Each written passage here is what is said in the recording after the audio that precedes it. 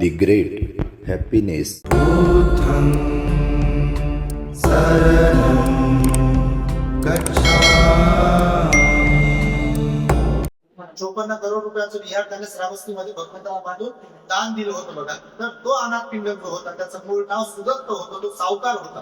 तो एक दिवस भगवंताच्या समोर आला आणि भगवान बुद्धासमोर बसल्यानंतर भगवान बुद्ध त्याला उपदेश करतात की हे अनाथ पिंडका, हे सुदत्ता, गृहस्थ लोक जे आहेत, गृहस्थांचं जीवन वेगळं आहे आणि संन्यासी लोकांचं जीवन वेगळं आहे. ते गृहत्यागी जे आहेत त्यांचं जीवन, त्यांची जीवनचर्या, दिनचर्या वेगळी आहे. आणि जे गृहस्थ आहेत, मूल बाळ बायको लग्न कुटुंब, त्यांचं जीवनमान वेगवेगळं आहे. तर गृहस्थ लोकांना काय काय जमायला पाहिजे जेणेकरून ते आनंदमय जीवन जगतील, खुश राहतील, सुखी राहतील, यासाठी काय काय केलं पाहिजे.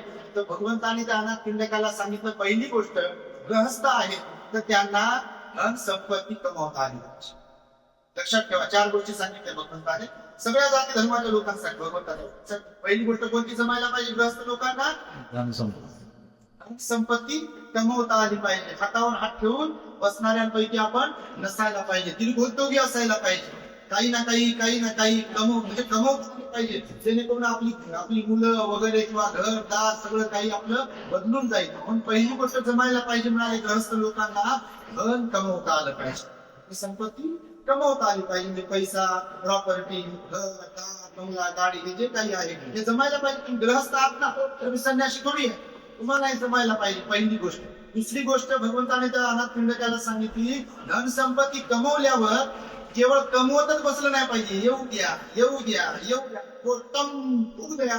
आणि एक दिवस बटन दाबलं की.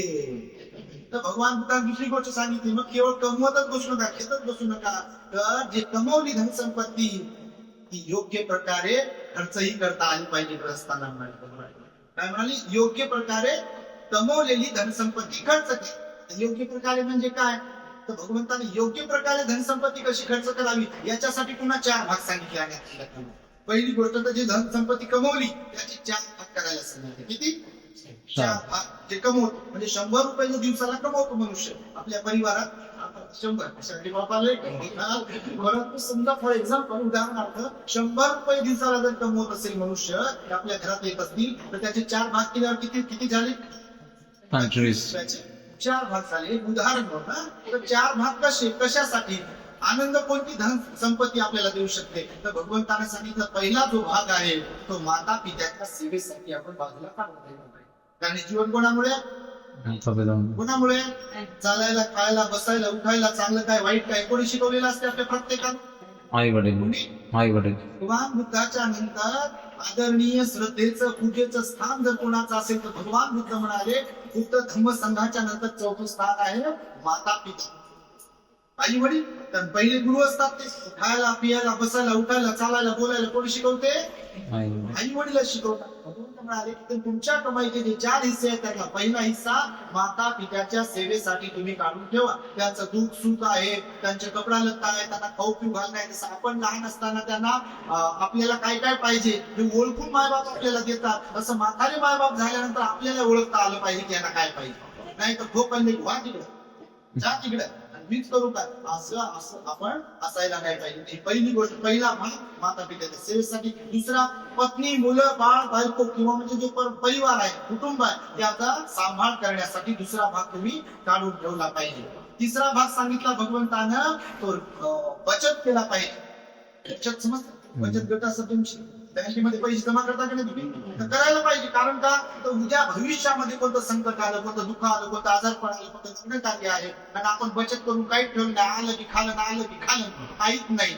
तुम्हाला सांगा, जेव्हा कधी एखादा आजार येईल, दवाखान्याचं काम पडेल किंवा एखादं लग्न आहे, काही आहे, संकट आहे, तेव्हा दुसऱ्याला पैसे जर मागितले आणि त्याचे पैसे जर आपण वेळेवर नाही दिले तर काय करतात ते लोक? त्याचे घेतले ते शाप देतात. बघा, लेकरं, बाळ, बायको, लेकराचं तुमच्या सगळं वाईट हो असं म्हणतात का नाही? बिलकुल म्हणतात लोक. तुम्ही बघा, जे कर्जबाजारी लोक असतात आपल्या देशात आत्महत्या करतात, कारण कर्जबाजारी होताना. तिसरा पण तो सांगणारच आहे. तर भगवंताने सांगितलं की 4 हिस्सापैकी पहिला हिस्सा माता पित्याच्या सेवेसाठी, दुसरा बायको लेकरं कुटुंब चालवण्यासाठी, तिसरा इन्व्हेस्टमेंट करण्यासाठी म्हणजे बचत करून ठेवण्यासाठी, आणि चौथा कशासाठी? दान धर्म. समजतं तुम्हाला? भगवान बुद्धाने सांगितलं आता बघा चिवरदान दिल्या जात आहे, हे त्या 4थ्या भागापैकी आलं. भोजनदान असेल, चिवरदान असेल, परिष्कार असेल, भिक्षू संघाला दान देत राहिलं पाहिजे. बुद्ध शासनाची नीती झाली पाहिजे ना, बुद्ध धर्माचा प्रचार प्रसार झाला पाहिजे, बाबासाहेबांच्या मिशनचं काम झालं पाहिजे. म्हणून 4था हिस्सा जो आहे तो दान पुण्यासाठी खर्च करा म्हणाले. तर हे समजलं तुम्हाला? किती हिस्से करायला सांगितले? 4 हिस्से. तर पहिली गोष्ट धन कमवता आलं पाहिजे. दुसरी गोष्ट धन योग्य प्रकारे, आता जसं सांगितलं योग्य प्रकार झाला 4 हिस्से करण्याचा, तर धन योग्य प्रकारे खर्च करता आलं पाहिजे. तिसरी गोष्ट सांगितली की कर्जबाजारी नाही झालं पाहिजे. कर्ज घेऊ नका असं नाही सांगितलं, कर्ज घेऊन ते लवकर परत द्या. कर्जबाजारी होत राहू नका म्हणाले, कारण कर्जबाजारी झालं तर त्याचं जे ऋण आहे, त्याचं जे ओझा आहे, ते सांभाळता सांभाळता नाकी नऊ येतात. बघा एखाद्या व्यक्तीकडे पहा तुम्ही, जो व्यक्ती कर्जबाजारी झालेला आहे, नाकी नऊ येतात बघा, ते रडतात पडतात, अंगामध्ये मांस राहत नाही, एकदम असे हडकुळे लोक होतात बघा काही काही जे कर्जबाजारी झाले. ज्याच्यावर भीती त्याला समजते ही गोष्ट, आणि म्हणून कर्जबाजारी नाही झाली पाहिजे. आणि ही तिसरी गोष्ट भगवंतांनी सांगितली. आणि चौथी आणि शेवटी भगवंतांनी गोष्ट सांगितली त्याला की मनुष्याने ग्रस्त आहे तर प्रत्येक जण इथे सुखाची अपेक्षा करून जीवन जगतो. सकाळी उठल्यापासून ते मरेपर्यंत काय अपेक्षा असते सर्वांची? एकच, की माझ्या परिवाराला मला सुख शांतीचं जीवन प्राप्त झालं पाहिजे. वाटतं ना, कोणी कोणत्याही जाती धर्माची असतो हीच अपेक्षा ठेवून लोक जीवन जगतात. भगवंत म्हणाले की या जगात आपोआप कोणाला सुखही मिळत नाही, आपोआप कोणाला दुःखही मिळत नाही. हे जे काही सुख दुःख हसणं रडणं काय जे असेल आपल्या जीवनातलं, त्याला कारणीभूत असतात कर्म. काय? कर्म. आणि कर्म केले जातात 3 अंगाने. एक तर या वाणीने जे काही बोलतो, एक तर चांगलं बोलतो, नाही तर वाईट बोलतो. लोकांच्या हिताचं बोलतो, नाही तर लोकांच्या अहिताचं बोलतो. वाणीच्या द्वारे कर्म घडलं. मनाच्या द्वारे लोकांच्या बद्दल इतरांच्या बद्दल एक चांगला विचार करतो, नाही तर वाईट विचार करतो. हे झालं मनाचं कर्म. त्यानंतर या 3.5 हाताच्या कायानं म्हणजे शरीरानं जे काही कोणाला असं हात जोडणं मदत करणं, हे झालं पुण्य कर्म, चांगलं कर्म. आणि कोणाला मारामारी करणं, कोणाला घरात आपण विचार बघा काय काय करतात लोक, माझ्या घरात मी राहते मी चांगले आहे. तर हे कर्म जे घडते बघा, तर हे 3 अंगाने घडत असते. या 3 अंगाने घडलेल्या कर्माचा परिणाम, एक तर कर्म भूतकाळातही घडलेले असतात, ते आपल्याला आठवत नाहीत कधी कधी, आणि वर्तमान काळात कर्म घडतात. आणि त्याचा परिणाम स्वरूप हे आपलं जीवन जे आहे ना, कधी हसवणार, कधी रडवणार, कधी यश प्राप्त करून देणार, कधी अपयशी बनवणार, कधी सुख देणार, कधी दुःख देणार, कधी लाभ प्राप्त करून देणार, कधी नुकसान करून देणार, कधी प्रशंसा आपली करून देणार, आणि कधी आपली निंदा करून देणार. हे जे काही जीवन आहे का घडते आपल्या बरोबर असं सांगा बरं. सदा सर्व का हसरा चेहरा राहते का आपली? सदा सर्व का रडत काही चेहरा राहते का आपली? सदा सर्व का वाईट दिवस राहतात का? सदा सर्व का चांगले दिवस नसतात. सगळ्या गोष्टी कमी जास्त प्रमाणात होतात बघा, प्लस मायनस. का होत असेल असं? त्याला कारणीभूत आहे कर्म. काय?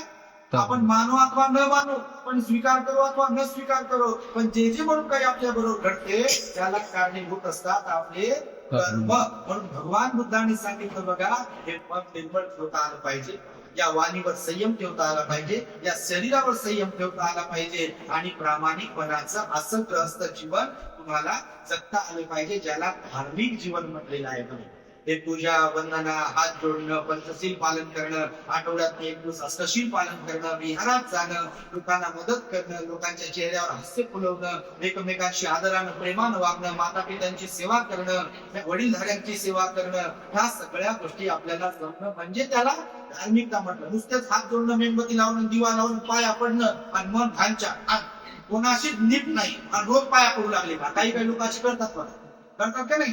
होत म्हणा तुम्ही, नाही काय म्हणा, पाया नाही पडतील. आपली गोष्ट नाही, आपल्या समाजाची नाही, कोणत्याही जाती धर्माची लोक भंडारे लावतील, पाया पडत राहतील, उपवास करतील, काय काय करतील. मन एवढं गढूळ ना, माय बापासोबत नीट आहे ना, बायको लेकरासोबत नीट आहे ना, शेजाऱ्या बरोबर नीट आहे ना, बिलकुल काहीच नाही एकदम. आणि काय तर हात जोडतील, मला सुखी ठेव.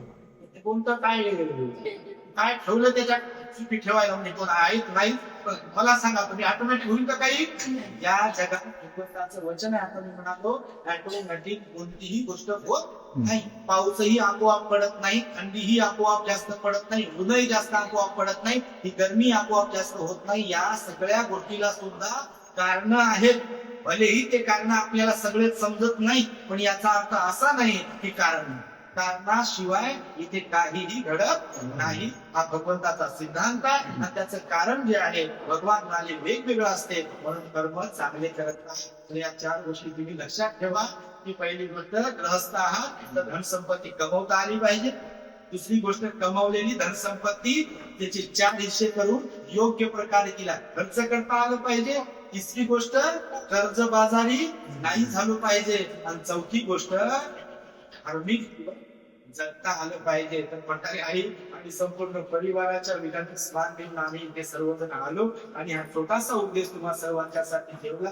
The great happiness. बुद्धं शरणं